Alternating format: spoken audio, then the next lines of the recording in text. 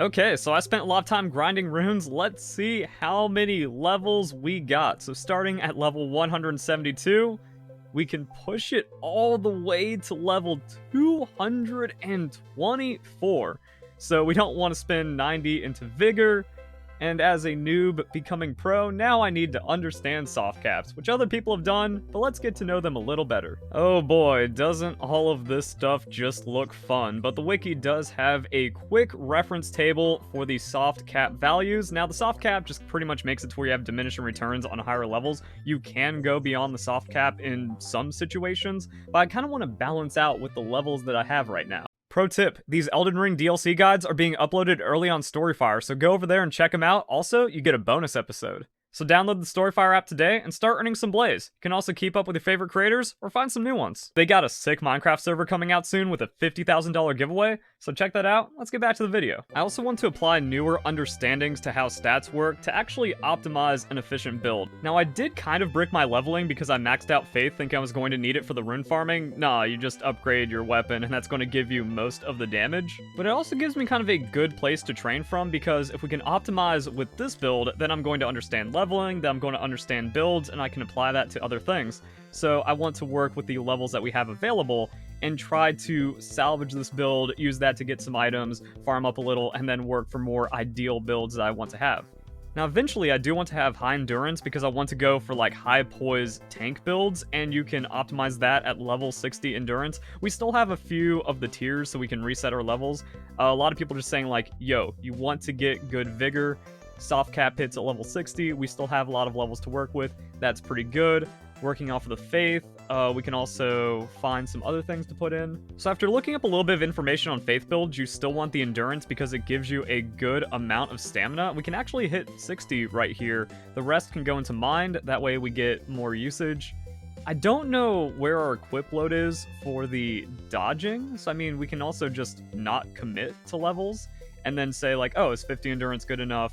Confirm, boom, spend all that, and then check. Okay, cool, that puts us into a medium equip load, even with Lionel armor on, and that means we've got the good dodging right now, which means the rest can probably go into mind, and because you always need runes, and you always need to be rune farming, we can just get a kill right here and then reset on the level up. Now there is another thing I want to test. So we're doing 2790 damage, and I couldn't find a straight direct answer, but I want to see like if you can use talismans to push beyond level 99, because that's another thing about like the weird soft caps and stuff for this guide. And refreshing about weapons, if you take a one-handed weapon and you two-hand it, it gives you a 50% bonus to strength, and it's not impacted by the level. So it's not like, oh, I'm planning a one-handed two-hand build, so I stop at 66 strength and then it goes to 99. You actually still want your strength to be level 80 or even 99 if you plan on two-handing. So there's weird ways of bypassing the level 99 cap, and I want to see if the talismans affect that, but they don't. So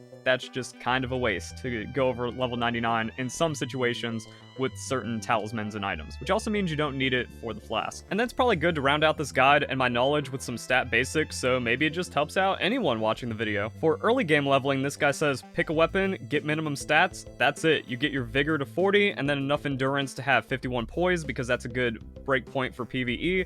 Then you start worrying about 60 vigor and soft caps. The reason being is without an upgraded weapon, the scaling is terrible, so it's not really going to interact with your stats. Now when you make it later into the game and you have smithing stones and you upgrade the weapon and it gets better scaling, then you can also start focusing on those levels until you hit the soft cap.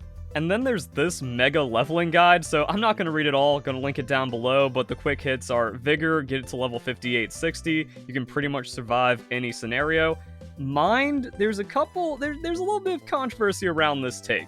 Unless you're a pure caster, there's absolutely no reason than utility to go beyond level 16. It's really just for Dragon Communion, but you level it last.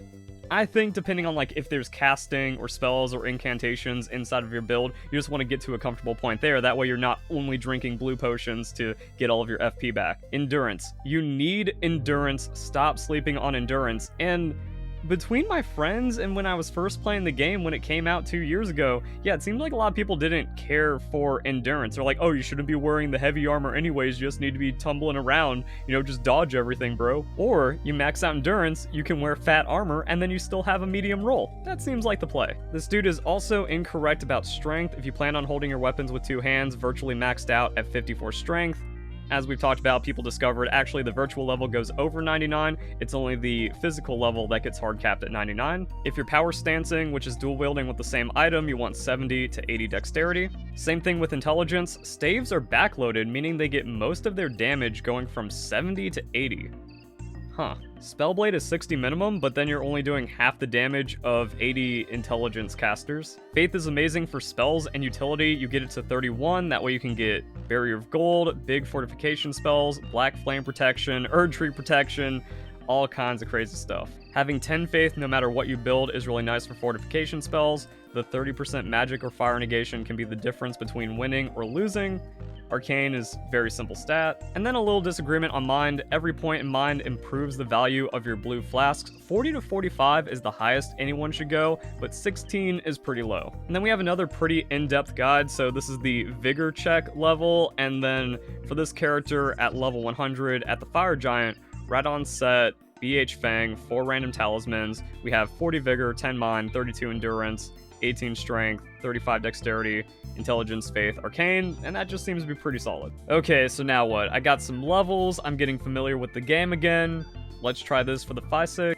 And I really like the Ritual Shield Talisman to get rid of skill issue. Let's see if we can actually do a few other things because we got some spells. I mean, do we want to use Golden Vow? Like, does that just buff me up? Alright, that takes a little bit of time to cast, but it increases damage and defense. Oh my goodness, that increases damage and defense. Like that. Alright, let's go and get ourselves something. Okay, the question is, am I over-leveled and busted and I can just beat up on the Erdtree avatar? It really is like watching Baby's first Elden Ring. So we aggroed him, but we get our stuff. Oh, we dodge. No skill issue here, and then I think we want to do this. We're just gonna go in for the damage. Ouchies. Drink some stuff. It's not letting it go. That's fine. And then just move out. Let him do his thing. Keep casting. That's cool. I have the talisman that increases damage negation when at full health. So I'm just tanking and playing for that, but that's not smart. Especially when he's doing his things. He's not letting me drink. Rude. Alright, so now we got everything back. And then we just keep trying to do stuff here.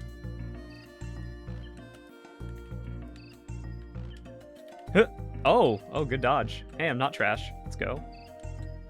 Oh, I also keep forgetting to... that's a bad roll. Yeah, that's trash. Oh, alright.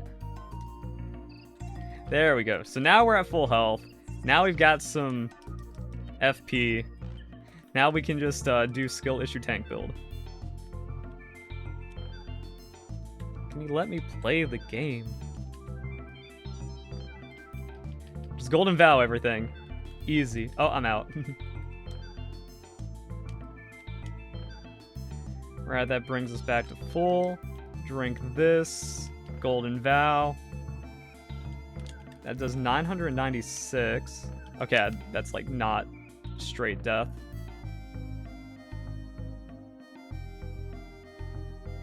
Then we do that. And then we win. Ow, okay, he hit me with a lot of stuff there. But enemy felled. Yay! That should give us what we're looking for. Boom. Okay, the point of that was to get the Holy Shrouding Cracked Tear. So let's see how much damage we can add with that. Alright, now we drink. And that becomes 3348. And we can do everything else. What if Golden Vow, drink, and then we swing 3850. Wow. Yeah, it's like 30% damage on our original attack. Okay. The problem is, like, casting it means we go down to 2 here, which means I need to be better at, like, drinking flasks while dodging, while running away and getting distance. And then we can kind of go back up to top and then play on the Crimson Tears tanking and then just run away and cast. Then we can get 4 casts? I think if we get, like, one more mind level.